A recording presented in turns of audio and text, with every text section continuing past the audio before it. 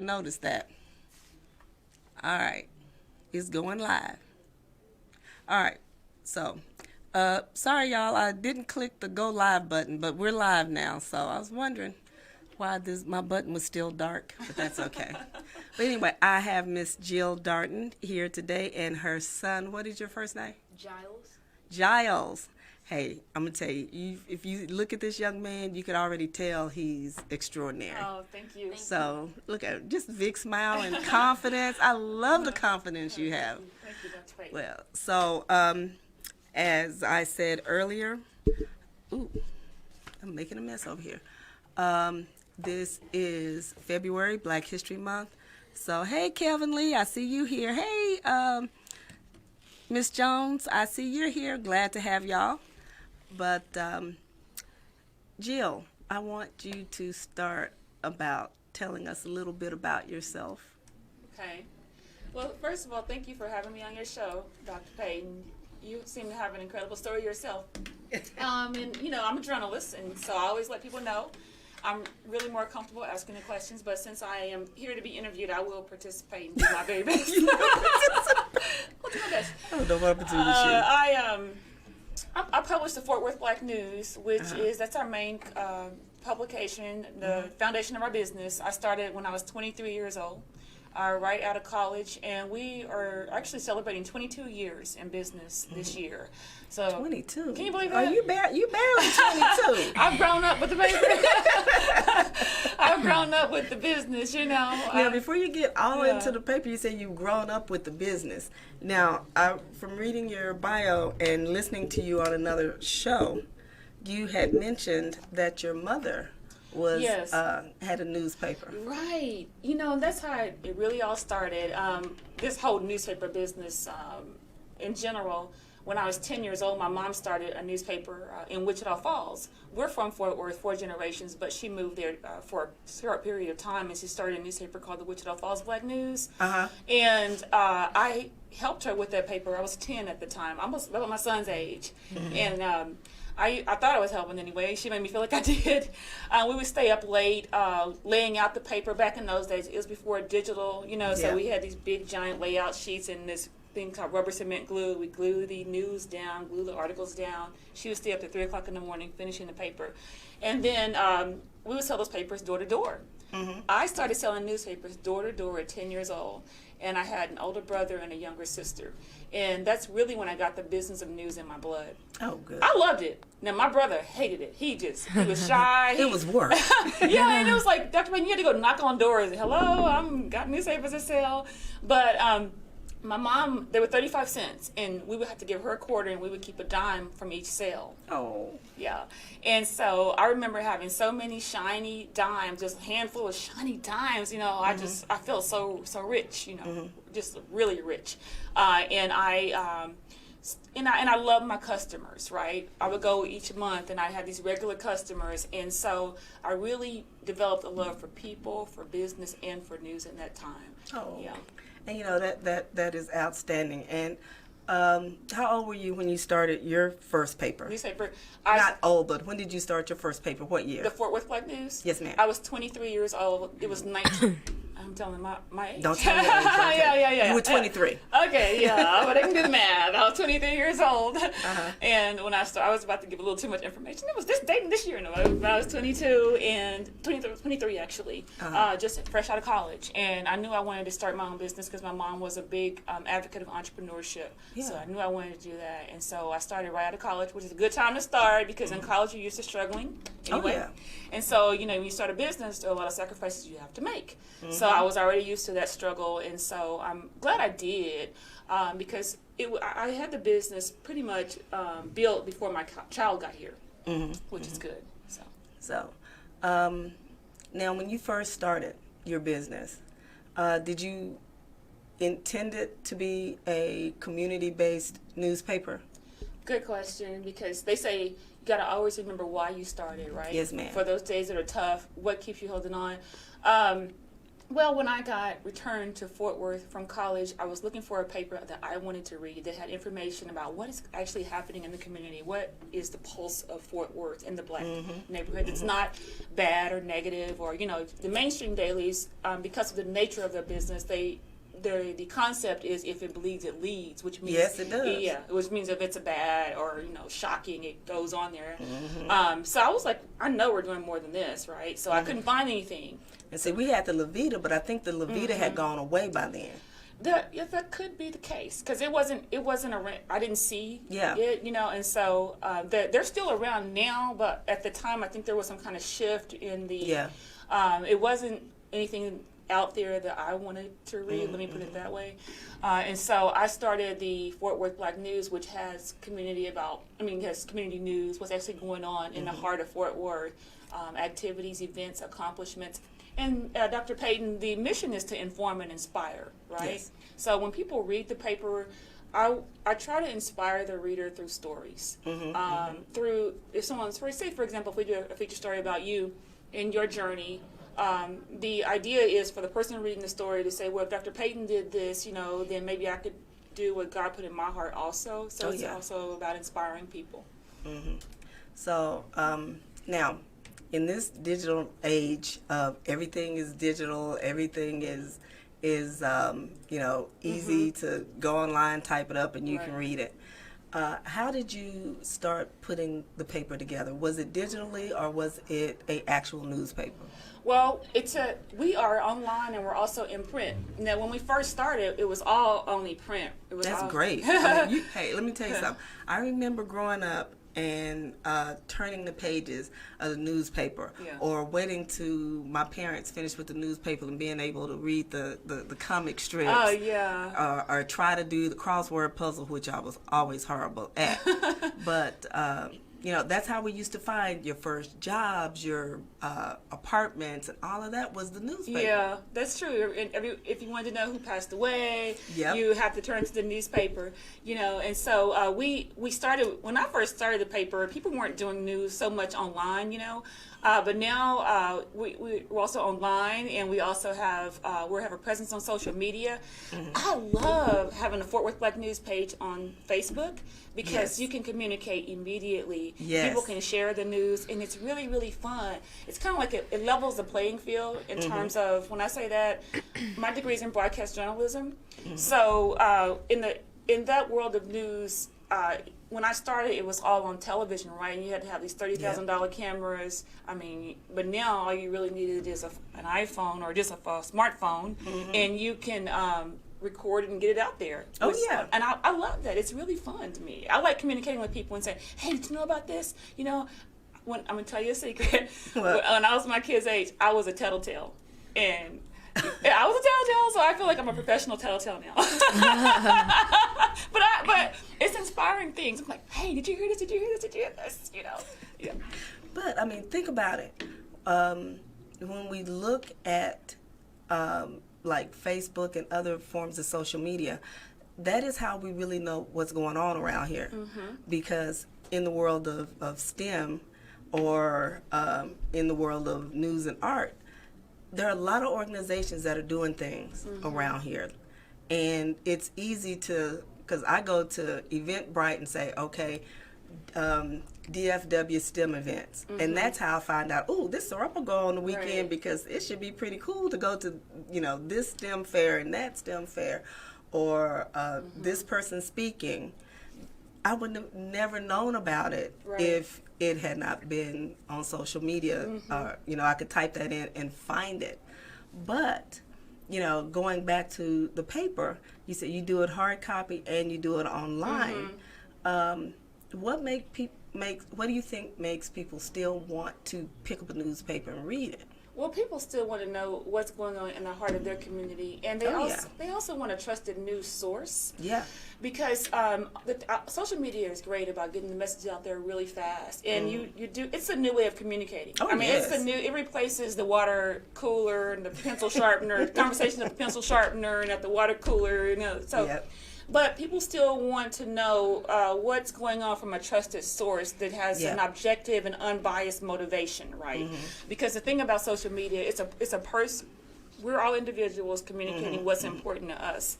And oftentimes we put our opinion on there, right? Oh, yeah.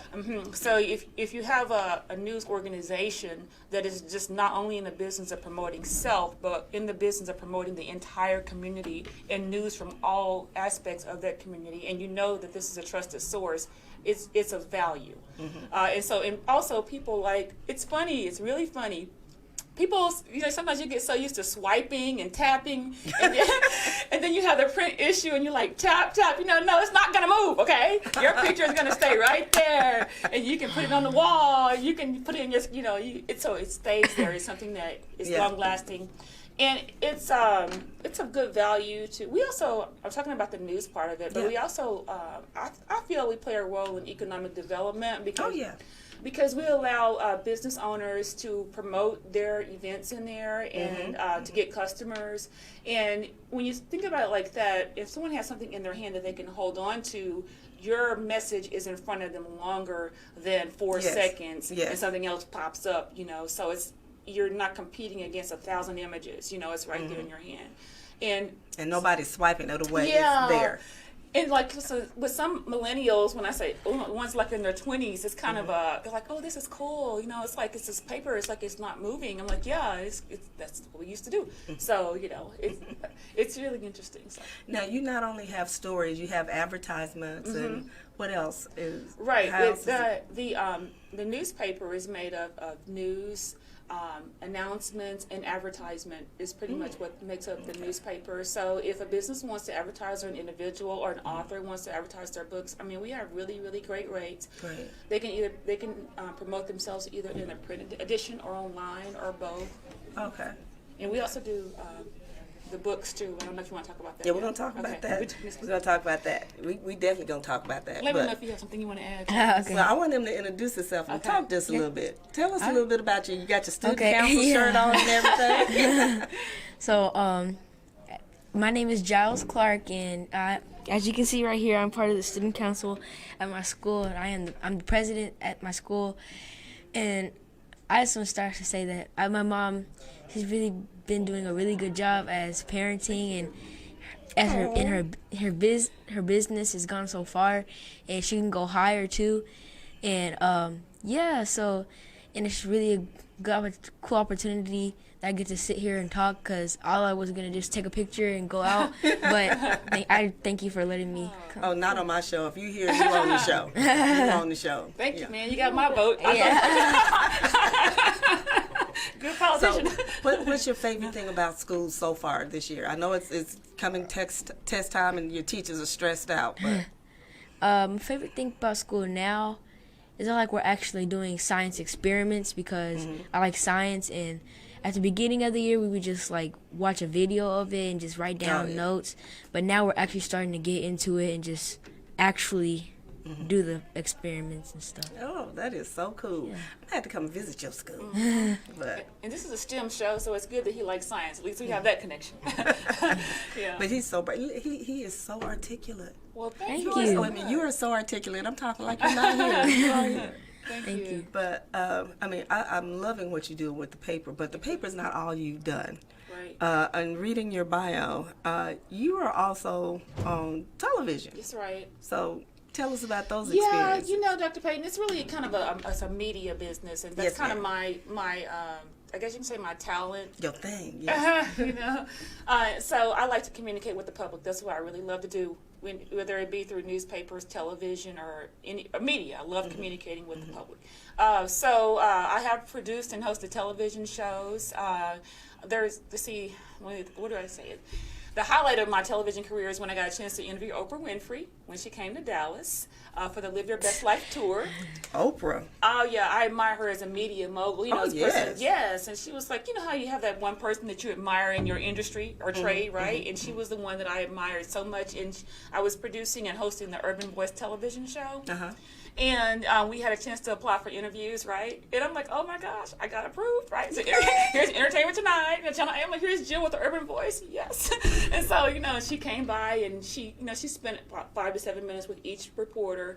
And so cool. It was really the highlight of my career, my television career so far. I don't know what else the Lord has, but she one thing she said to me that I always remembered, and she said when she first started out in life, her only goal was to make $40,000 by the time she was 40 years old.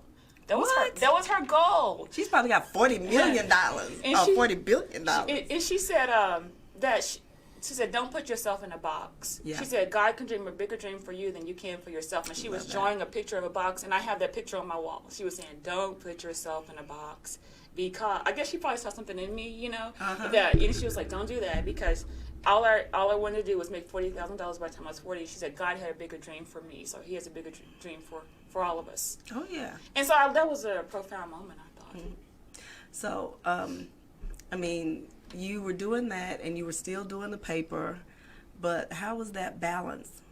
Well, it's all media. In my opinion, the television show brings the newspaper to life, because what we would do, oftentimes, we would take stories that were in the paper and we go out and interview those people on the television show. So it was like those stories that were in print would jump off the page and come to life, and you could see this person that was in print actually talking and in full life there. Now, you know, we talk about Oprah, but, you know, I'm from the old school of music. You interviewed Smokey Robinson. Oh, gosh. She's more interested in Smokey than Oprah. Well, you know, yes, Oprah, I did. Oprah is Oprah. You know, Oprah is queen, but Smokey is heart. Oh, gosh. He's special, too. You know, he's special. And when I remember I interviewed him at a grocery store in Dallas, because he was launching this new frozen food line. Did y'all know? Do you remember I that? never knew he had a food line. It was some kind of like a Creole thing, you know, and wow. Yeah, that's why he talked to me. So he was launching this thing, and I did interview him on the show too. I had so much fun interviewing, extraordinary African Americans, but also what do we call regular people who have extraordinary moments. You know, I love that too. What are you going to say, Jess? You also interviewed Maxine Waters. I did. Really? But that was for the newspaper. I did. Congressman Waters, when she came here for the NAACP banquet, like, was it 2 years ago? Yeah, or was it last year? Wow. Good memory, Giles. You have just tested the I've water. had a lot of fun talking to people. I love hearing people's stories. I just love that. You know what? I always feel like everyone has a book in them. Like your life, every day is a page, right? Yep, and that's why I started my book series, and love it. And you know, it's just about what me and my kids did in my military travels, but it's from a STEM perspective. Because we do all this as parents, we're like, oh, I want my baby to be an engineer. Oh, I want my baby to be a doctor. Oh, what's the name of your book? It's Taylor's STEM Adventures. Okay. Hawaii is the one that's out, and the Texas version is coming out. But everything I write about are actual things you can go and do. I mean, there are actual things that we did. Some of them were free. Some of them were, you know, at an inexpensive cost, but I was in the military. That's interesting. But that's just like the one here in Texas. Everything that's in that Texas book, you can go and do everything. Yeah, that's interesting. And we take our kids to these venues, and we just like, ooh, that's a rocket, it's big. Yeah. But, you know, knowing that rocket went up for so many missions, what the missions were, why was there a big gap between Apollo 1 and Apollo 7? Did they have a 2 through 6? Yes, they did, but what happened to them? And knowing those kind of things. Right. You know, having your kids know those kind of things make them look at it in a different perspective. That's true. Really true. And so that's one of the things I want to do. But this is not my show. This is your show. See how I turned it Stop on you? interviewing No, I me. feel really comfortable now. Let's go to the next question. Now, this coming back on me. Ooh, okay. Stop interviewing me. This That was fun for a few minutes. I know. This is my show, Okay. not your. No, this is our show. This Okay. is really She your got show. me. Yeah, I caught you. You did. But you know, you've done some wonderful things. Now, have you won any awards with any of your media productions or media things that you do? I see you got me all flustered now. She's a whole case. Yeah. Case. You can tell them, Giles. What do you think? She has a whole in the living room. She has a case of Awards? of awards. Like every single row is stacked with the Oh, thank you. awards. Oh, you gonna make me cry. Oh, my What you God, got? thank Tell me you. what you did. Well, I don't want to just. Yes, you do. I'm not going to list every award, Well, but I would say that your- this is what I will your best say. ones. I'm very grateful to the Amen. community, and when people show you appreciation Mm-hmm. for work that you did, that when you started doing it, you didn't do it for the award, right? Mm-hmm. You did it because you loved it. Your heart was in it. Yes. And each time I was recognized, it just. I hate to use the word validate, because you're already validated as a human being just because you're breathing. But it made me feel like they appreciated what I was contributing, what I was doing. And I've won some awards for media stories. I've won some for economic development. Because the advertising helped businesses to stay in business. And then I've won some for community service. And I am getting an award in April, it's called Bigger and Better Business Award from Phi Beta Sigma, coming up. Oh, Yeah. okay. But Are you Greek? I'm a Zeta. Well, I'm a Delta, but that's okay. That's okay. I was a Sigma Dove back in the day. Okay, that's a connection. My niece is a Zeta, and I have a niece that's AKA, and I'm a Delta, and it's like this. You don't shoot no sorority or fraternity in our house, or you get thrown out. Oh yeah, because everyone's represented. We all family. Yeah. We all family. And you know what I noticed when I was teaching in Dubai? I was there when the first AKA line went over. Oh really?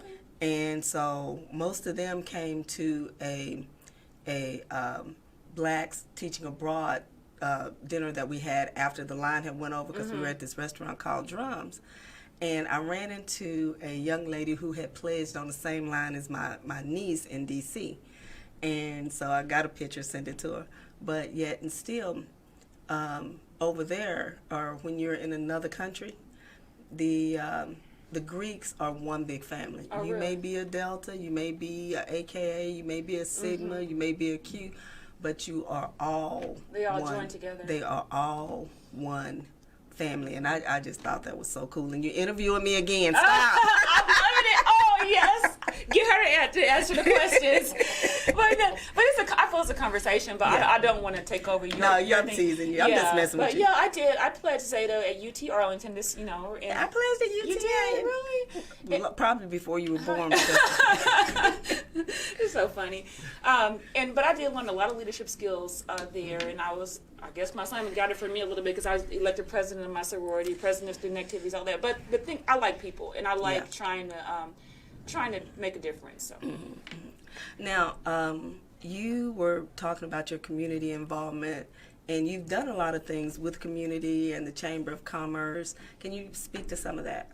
Yeah, you know what? The Chamber of Commerce has played a big role in my professional life, because as a very, very young woman, I was this lady named Gwen Barbie, who was over the women's division of the Black Chamber of Commerce in Fort Worth, kind of took me under her wings, and she would invite me to all of their events. And at this one luncheon, I happened to be sitting at the table with this guy who was not my race. He was a white American male, and he picked up my paper, and he was just going through the paper, just like page by, very meticulously going page by page. I was like, why is he so interested in the black news? And then when he finished, he folded it and he just put it down on the table. And he said, so, do you think you can turn this into a television show? He happened to be he happened to be president of the cable board. I was like, yeah, I dream about it in my sleep, So that's how the TV show got started. Just that the Black Chamber of Commerce at an event at a table, just that connection there. And so they started the cable show. It started as a cable show in Fort Worth, and I did it there for a number of years before moving it to Urban America Television. So the Chamber, I have a special love for the Fort Worth Black Chamber of Commerce, because it started a lot of things if you think about it. Sometimes people get something and they go on, they never come back to say thank you, or they never think about how this whole thing gets started. But if you think about the interview with Oprah and you go backpedal, it all starts with that connection I made at the Black Chamber of Commerce event, And so I continued to be involved with the Black Chamber of Commerce, and when my son was 5, after you have kids, you mark everything by their age. When my son was 5, you become their mama instead of having your own name.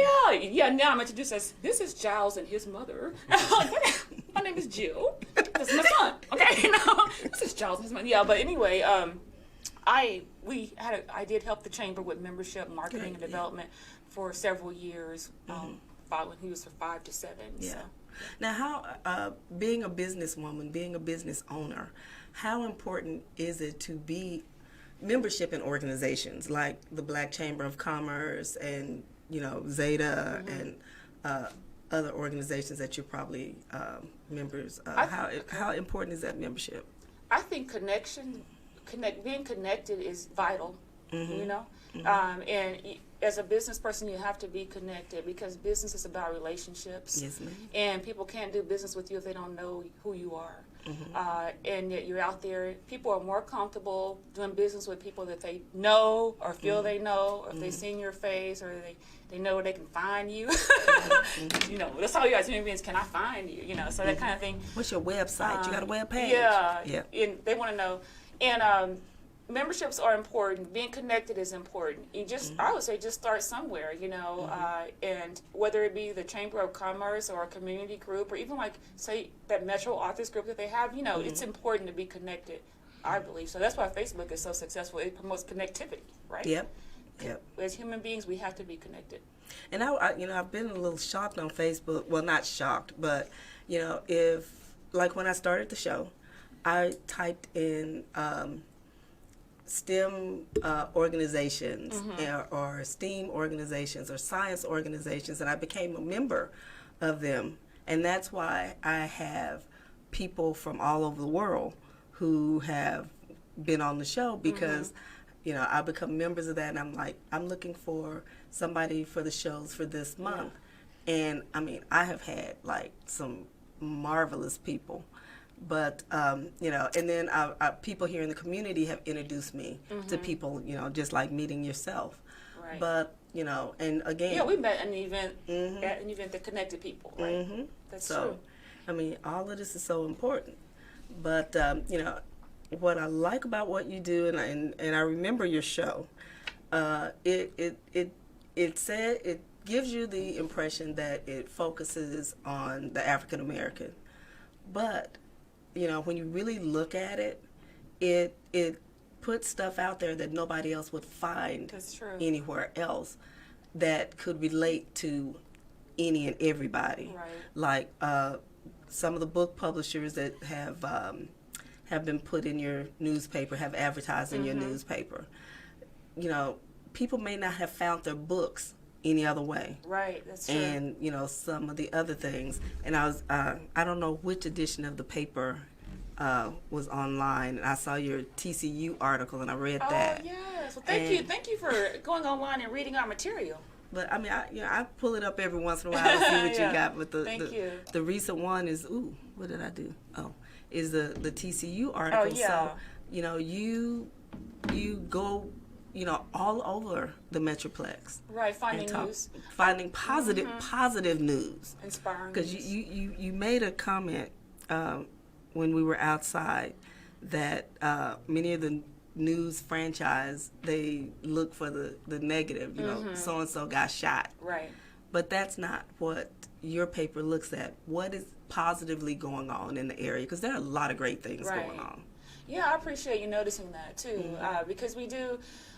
We look for stories that you wouldn't necessarily know that they would get looked over, or if they were from the mainstream media, And so, as I was saying, our mission is to inform and inspire, right? Yes. So we publish inspiring news. I don't think we need to contribute anymore to the negative examples that they have out there of African Americans. I mean, that's not my role. I mean, that's already being handled by mainstream media. We don't. Yes. I mean, we don't need any more of that.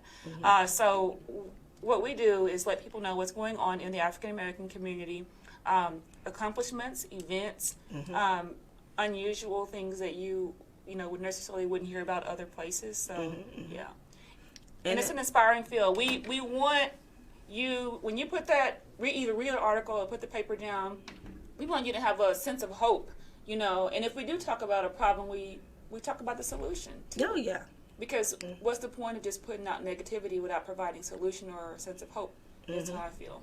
And you know what? That's what we need to continue to have in our communities. Because I remember growing up, the the TV used to go off at midnight. Sure did. 3 o'clock And in it the would morning. ask you, do you know where your children are? And play the national anthem. Oh, I remember that. They did that? It was Yeah. 3 o'clock for me. I guess they were advancing. Yeah. Yeah. 3 o'clock in the morning. Yeah. Y'all could stay up a little later. But it would go off at midnight, and it would say, do you know where your children are? And it played the national anthem, and all TV channels went off Yeah. at midnight. And Wow. so there was no cable. But, having those positive things, having those community connections and community ties is very, very important with the African American community, because you wouldn't know some of the things that are going on. Like, there's the art festival going on now, unless you looked it up on Facebook, but you had to know what you're looking up. Right. But and people have moved so far away now. People back in the day, everybody kind of lived in the same little community. oh yes, right? we did. So it's easy to know who's doing what. But now people are further and further out, and really you have to have someone out there gathering the news, gathering the information, and compiling it for you, so you don't have to go to all those places. Here's everything. Pick and choose. So yeah. Now, you have, you love this media thing. You love this thing. You have the Black News, Fort Worth Black News. You've had the Urban Voice TV show. Now you're into publishing. Books. So, books. So, tell me how you got into that. Yeah, Dr. Mary, believe it or not, let me see. I published the first book in the year 2000. So And that's what was 19 that? years ago, right? What was that? This is how I got into book publishing. There's a poet, a popular poet. You might know him, Michael Gwynn. He's I don't know. He's pretty popular around Dallas Fort Worth. He had a column in our paper, a poetry column, and he said, "Jill, will you publish a book of poetry with me?" And he wanted to be a call and response. Like, he would write a poem, and then I would respond with a poem, or I already had a poem. And because he knew I was a poet. Because I would show up at these poetry readings, and I was like, no, because people are going to know how I feel. Like, no, it's not a good idea. Like that song. Yeah. People are going to know what I think and feel. So, I knocked the windows Yeah. out your car. Okay.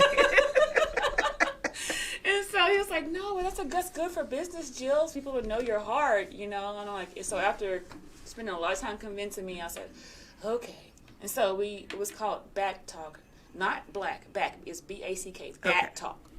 And so I published that book for him, and my poems were in there too. And then after that, people would come to me and say, "Hey, can you do my book? Can you do my book? Can you do my book?" And the book publishing business has grown from there. I think I've done like 30 for different people. I wrote one and published like 30.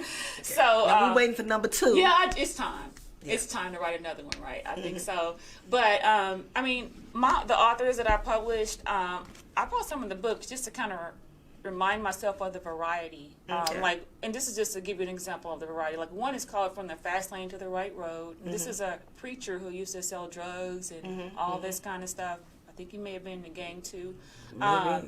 Yeah, and then I have another one called Taking the Stairs to Success. This was a minister who's just letting you know that, life is not always easy, like taking the elevator, but, you got to work it out. This other book I really like called I Do, I Don't, a book for married couples. And the guy wrote it, and I thought I wasn't going to like it. I thought it was going to be like putting women down and saying, sit down, hush up, But it wasn't, but he really explained. Wait. I just had an epiphany. Okay. You said a guy wrote this. Yeah. Because there are a lot of ladies who write books on marriage. There's more That's ladies true. who write books on marriage than men. Interesting.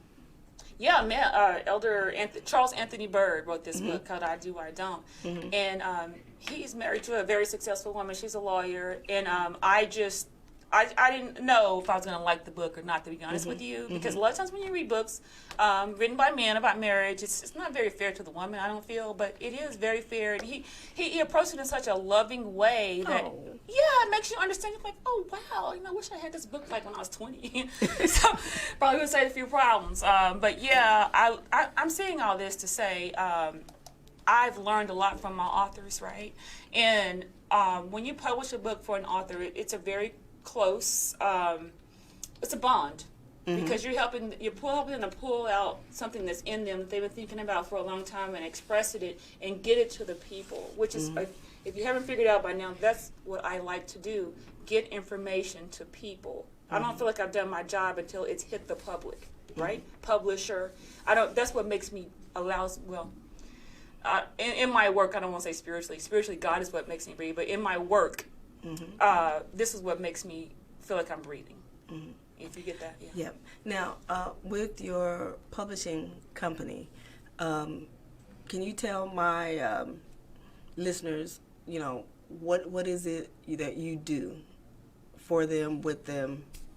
What do I do with my publishing company for them? Like, do you, let's see, how do I say this? Because I know what my young man does for me. But, do you... With the books? What do I offer to people who are looking to get their books published? Yes. Okay, is that what you want to know? Yes, that's what I want to know. Okay. It just won't come out because I'm afraid you're going to turn the interview back on me again. She's being very careful. I've been very careful how I asked you questions. Oh, it's so funny. Well, we offer a full service to people who want to publish a book. And this part of the business has grown so much until I am launching a site called MadamPublisher.com. I love it. Thank you. See, so I'm Madam Publisher. No. Well, that's a term that people call me affectionately. Yeah. They'll say Madam Publisher. I was like, thank you. I feel like I earned that title, just from my work, right? And so, anyway, what we do is if someone comes to me and says, hey, I have a book in my mind, in my heart that I want to write, and first I'll say, go ahead and write it. Then when you've written it, as to the best of your ability, let me see it, the manuscript. And then I'll look over it and see if it fits into what I do, which means that it has to either inspire, motivate, or be spiritual or empowering in content. Okay. Because I got to put my mind in this stuff, right? And I had learned that the hard way when so people would send me stuff, and I'm like, I don't want to read about some of this stuff, Oh, yeah. Yeah, so it has to be empowering, inspiring, encouraging, or spiritual, or something we can learn from. I'm not saying you can't share your struggles, but please tell me how you overcame those struggles. Right? Oh, yeah. So, and then we basically offer a full service in terms of editing, formatting, cover design, ISBN assignment, barcode, just from beginning to finish to end. So that's what we're offer book publishing services to independent authors. And that's what Madam Publisher does. Okay. Now, when we look at our books, when you look at your book, and you said you do the barcode and you do all of that other stuff, how important is it for an author to copyright their material? It's just words. No. We all speak words, so they own the word "the." That's essential and vital. If you don't want people to steal your work, you got to make sure that you protect it. Even if you are not sure when you want to publish it, you should protect your work because otherwise someone can come along and say that they wrote that or that was their idea. So you got to protect yourself in terms of your work, your creation, because that's intellectual property. Okay. I like what you just said, intellectual property. So tell my audience what that would mean to them. Well, if you come up with a storyline or a title, that is your property. It might not be a car or a house, but that is your intellectual property. It came from your mind, and it can be protected legally. And when you copyright it, that is protecting your intellectual property, your creativity. Okay. So people just can't steal it from you. You know what I mean? And so that's how you protect it. Okay, they can't take just big hunks out of it and say they wrote it because it's yours. And if they do, and you have protected yourself, then you have legal recourse. You have a way of recouping either your loss or you have a way of getting back what's yours. Okay, wonderful. Now, it's another thing about a book, and it's not the barcode. It's what is that? My brain. The ISBN. Yes. So what is that? The ISBN, it's a number that's assigned to every book, and it is what the barcode is created from. Okay. You have to have an ISBN in order to get a barcode, and it's your unique number that identifies your book and allows you to sell it online or in stores. Okay. And they put that number on there, then they know that. What's the name of your book again? My book is Taylor STEM Be Adventures scared. I'm Hawaii. not going to turn it. Okay. I know. Okay. Yeah, do y'all see what she doing? Let me turn this way. Y'all see what she doing? Okay. So it's Yes. like you said, the adventures. It's Taylor STEM Adventures, Texas. Yeah. So the ISBN is assigned to that unique Yes. title, right? ISBNs, and that's how your book is identified in bookstores or online. Yeah. It's a unique number assigned to only your book.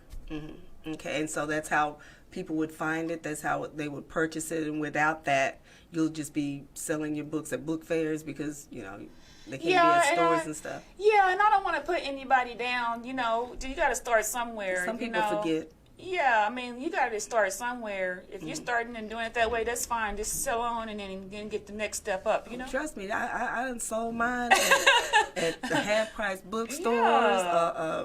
People will send me an email. Can I buy your book? Oh Yeah. I'll put it in the mail for you. Right, and you know what, Dr. Mary? Yes, ma'am. You get a. I would say even if you do have your book in bookstores, always have something to sell yourself. Oh yeah. Because as an entrepreneur, you're going to make more money selling your book yourself because you're not having to give a commission to the bookstore or a commission to Amazon, right? So if your book is $15 and you sell it to me, and I give you $15.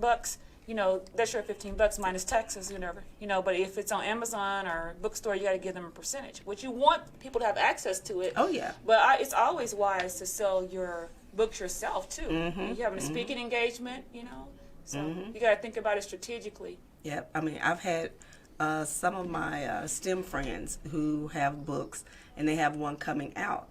Well, they'll send an email out and say, well, I've got this book coming out. If you want to get an early signed copy, discounted copy, send me your name. And trust me, I have got some of my great STEM books like that from some of my friends, and I've gotten them early, and I'm sitting there reading them. I'm like, oh, I like this. And if you know my story, I do not like to read those novels, Alice in Wonderland and all that stuff. Give me something in science, technology, mathematics, and engineering. I'll read it to death. That's so interesting. So we got this story about you, right? She's chemical. We will. Bridget, not let me take over the interview. One of these days, I'm gonna grow up and do something. But what are you seeing for the future of yourself, Dallas Black News, Fort your Worth son? Black News? Not Dallas, Fort Worth Black News. Your son. What are you looking at for your future? I know you talked about the publishing. Yeah, and I'm glad you did mention my son too, because before my son, the goals only included me. And he was talking about my award case at home.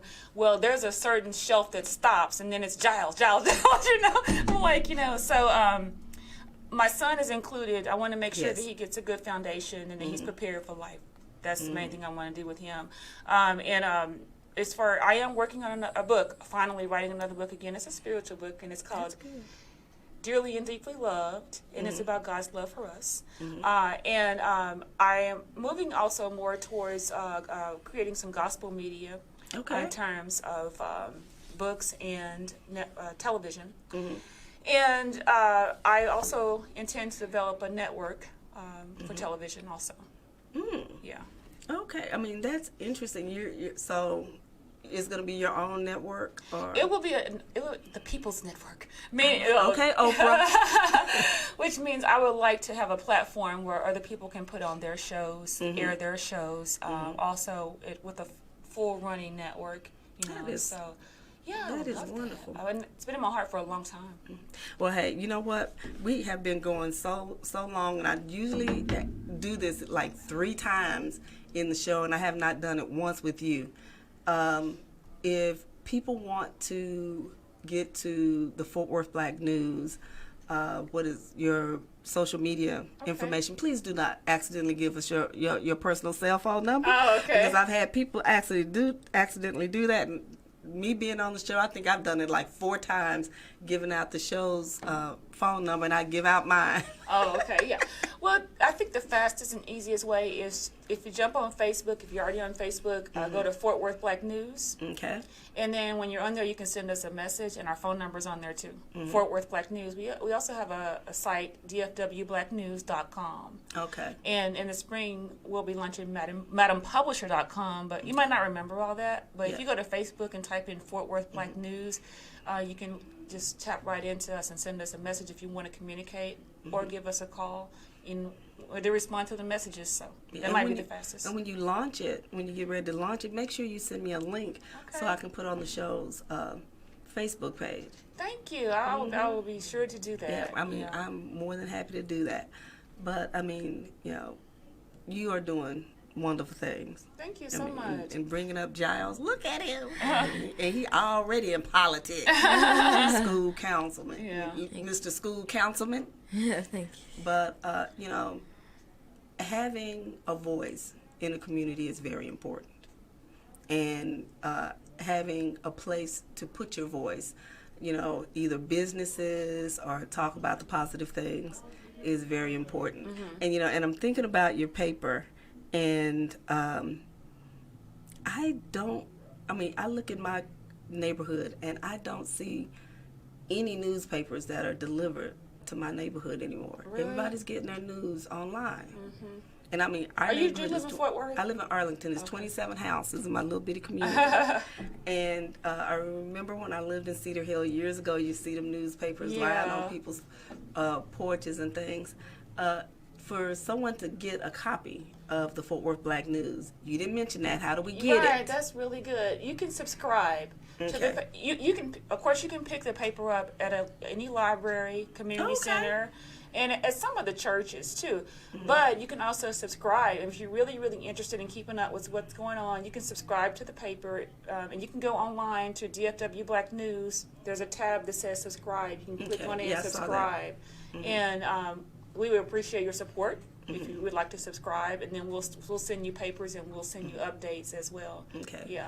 And what about anybody who wants to advertise? How do they contact you? If you'd like to advertise, you can call me. And no, you can also send us a message or an email. And you do have a message link on there. Yeah, we have a message link on it. Go to Fort Worth Black News. I'm assuming either if you're on Facebook or if you're not on Facebook, go to dfwblacknews.com and send us a message or contact us.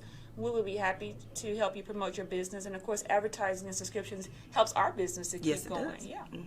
And last thing, I know you're saying you're starting your, you're really launching. That's my phone. That was loud. You're launching your publishing company earlier this summer, but you've been publishing for a while. So if someone has a book, they've already put together a book, but they haven't had it published. Again, how would they contact you for that? Yes, no, the publishing company is already launched. So okay. Yeah, I mean, I've been publishing for 22 years, and the book's for 20. But I know what you mean by I said Madam Publisher. We're launching Madam Publisher in the spring, which is it's a good question. It's going to include more comprehensive services to authors, including marketing and helping them to get their books out there. Because what I did before is I help you get your book done and make sure you're set up right. But they're asking for additional things like how can I get into more stores? How can I get into? So it's going to help you with press releases and that kind of media kits. So it's going to expand that part of it. So I guess it would be accurate to say I'm expanding the book publishing part of the company through madampublisher.com. Okay, that works. I love it. Well, hey, is there one last thing you want to say to my guests before we go off? You got like 30 seconds. Yes, I just want to say that it's God that allows me to be here. And it's like, don't invite me if you don't want God, because He's in me, He's with me, okay? So He's going to show up. No, you know Yolanda Bailey, don't you? You know Yolanda Bailey, don't you? Oh, yes, that's right. Yeah, she said, it is. And I just, thank Him for blessing me to come this far. And I hope to continue using my gift to allow others to express themselves and hopefully inspire the public. Yes. Well, hey, ladies and gentlemen, this is another Wednesday. Yes, it was an hour. This was a quick, it's 53 minutes. This was a very quick 53 minutes, but I will be back again next week with All About STEM Radio. But I want to thank Miss Jill Darden and her son Giles. I don't know why I want to call you Niles. And I know it's a J. And her son Giles for being on the show this week. And thank you for inviting me. You are so welcome. And so much positiveness in y'all's future. Thank you Thank very you. much. Thank you. Okay, let me see if I can turn off this. Oh, yeah, I can. Bill Salisbury here. Catch my show, Mustard Seed Marketing, every